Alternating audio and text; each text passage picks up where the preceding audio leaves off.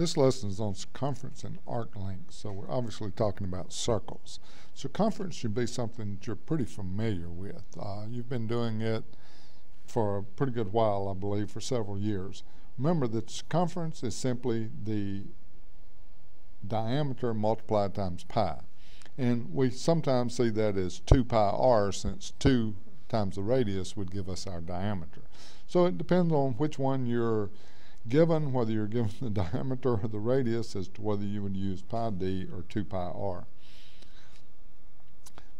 So these are problems, like I say, you should probably be familiar with. Circumference of a circle with a radius of 9. Since it's giving me radius, I'm going to use 2 pi r and simply plug in, and that's 18 pi. Now remember, to have an exact answer, we need to leave pi in it, since pi is an irrational number. But we can estimate that if we actually want to make a measurement by using 3.14, or preferably using the pi button on the calculator, which is a little bit more accurate, which gives us approximately 56.55. Well, what if I know my circumference and I'm looking for my radius? Well, I can use this same formula. Excuse me, these allergies are rough this time of year. Anyway, I simply plug in my 26 for my circumference, and this time to find my radius I just divide by 2 pi. Now don't forget that using the calculator you will need to put that in parentheses to make sure that it uses the correct order of operations, and you get approximately 4.14. I have the dimensions of a tire shown, and notice that the tire itself is 5.5, but I've got the rim in there, so I need to find this overall diameter.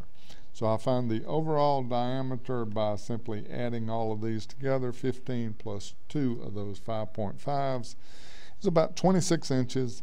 So to get my circumference, it's going to be, this time, since I know the diameter, I'm going to use pi d, and so that's pi times 26, or about 81.68 inches. So then what I did was I figured out how far it was around this tire. Well, when this tire rotates, every time it makes one rotation, it has moved the circumference, or 81.68. So if I'm looking for 15 rotations, I need to multiply the number of revolutions times the circumference.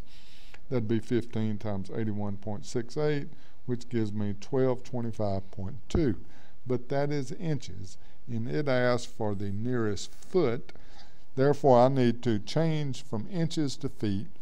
So I can multiply by 1 foot over 12 inches to use a conversion factor, and I end up with 102.1 feet. So here's guided practice for you to try. My answers are 15.71 and 5.41. Now, how did I get this? Remember, this is just 5, which is the diameter, times pi, which gives me that.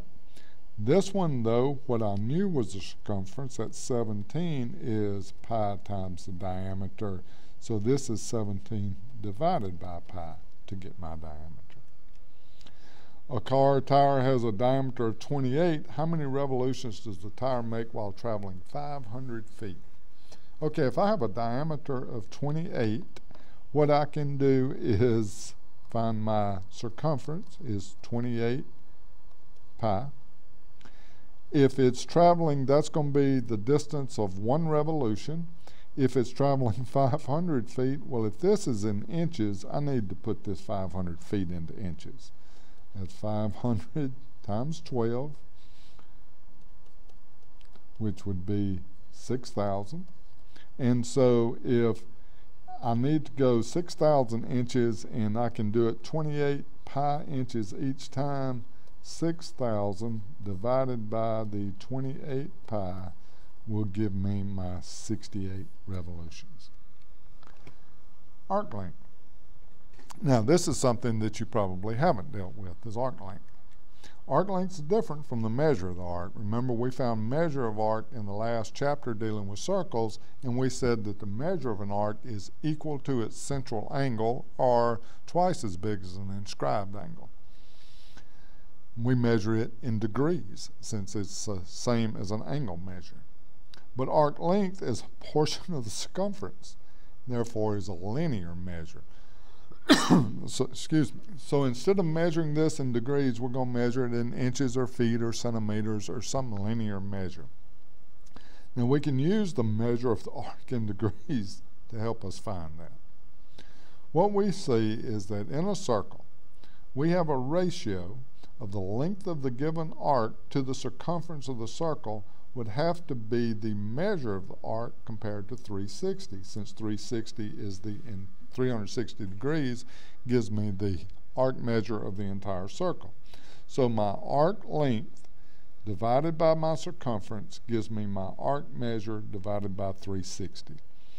And this just shows you in terms of having your circumference as 2 pi r, or remember we can use pi d. So let's look at some examples. In here, I'm going to do my arc length over circumference is arc measure over 360. My arc length is what I'm looking for, so that's x. My circumference, well, my radius is 8. My diameter then would be 16, so circumference would be 16 pi. And my arc measure is 60 degrees since the central angle is 60 degrees. So I have x over 16 pi is equal to 60 over 360. Solving this proportion gives me 8.38 centimeters. So let's look at another one. Just like it, except the radius has changed. So the only thing that's going to change is the 16 pi now will be 22 pi. Since the radius is 11, diameter is 22. Once again, solving the proportion gives me 11.52. And in this one, what has changed is my arc measure. I still have a radius of 11, therefore my diameter is still going to be 22, so what changes in this one is simply the arc measure, and therefore when I do my proportion, I get 23.04 centimeters. What if what we're looking for is circumference? Well, I'd still use that same formula. The arc length over the circumference is equal to the measure of the arc over 360. Here I'm given the arc length. Here we're looking for the circumference. And so if I plug in my arc length over circumference is equal to the measure of the arc over 360, solve my proportion, and I get 37.71. So let's look at one more like that. This time I'm looking for the actual measure of the arc. So what I have is I've got my arc length, I've got the radius, and so I'm looking for the measure of the arc, so I plug in and do the math. I come out with about 165 degrees. Now notice what I did. All I'm doing is using that same formula over and over. It's just some places I'm looking for the arc length, and some problems I'm looking for the excuse me, circumference, and in some problems I'm actually looking for the measure of the arc, as in this problem. So here's your guided practice. Looks like PQ is about 5.89. How did we get this? Remember, we've got arc length over circumference is equal to the arc measure over 360. So in this case, my arc length is what I'm looking for. My circumference is 9 pi because the diameter is 9. The arc measure is 75 degrees over 360, and when we solve it, we get 5.89. This one using this same formula over and over and over again, but this time we're looking for circumference. My arc length is 61.26. My circumference is what I'm looking for. My arc measure is 270, and when I work out my proportion, 81.68. In this one, same thing, except now notice I'm looking for radius. To find radius, I need to find circumference first. So I've got my arc length over my circumference is equal to 150 over 360. So when I work that, C is 25.2. Remember, C is 2 pi r.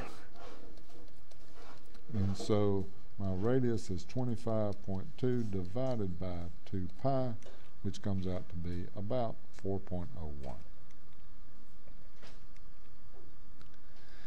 In this one, we're looking at a racetrack. We have this guy running, and what we're trying to find out is how far he has to run on this blue line. What I've got is I've got a rectangle where I've got two sides are 84.39, and then I've got two semicircles. With two semicircles make up a whole circle. And we have our radius here. So we can simply plug in 2 times the length of the sides in 2 of the semicircles, which is pi r, 2 pi r, and then we need half of that since it is a semicircle. So it comes out to be about 400. So in here, for the blue path, we're basically going to do the same thing. Remember, what I've got is I've got 2 semicircles, but if I put those together, that's just one circle with a radius of 44.02. So my circumference around that, which would be the 2 semicircles, is 44, excuse me, I need to double that for my diameter, 88.04 pi. And to that, I need to add those 2 sides. I'm going to go back and see what they were, 84.39, so 2 times 84.39, and that should give me my answer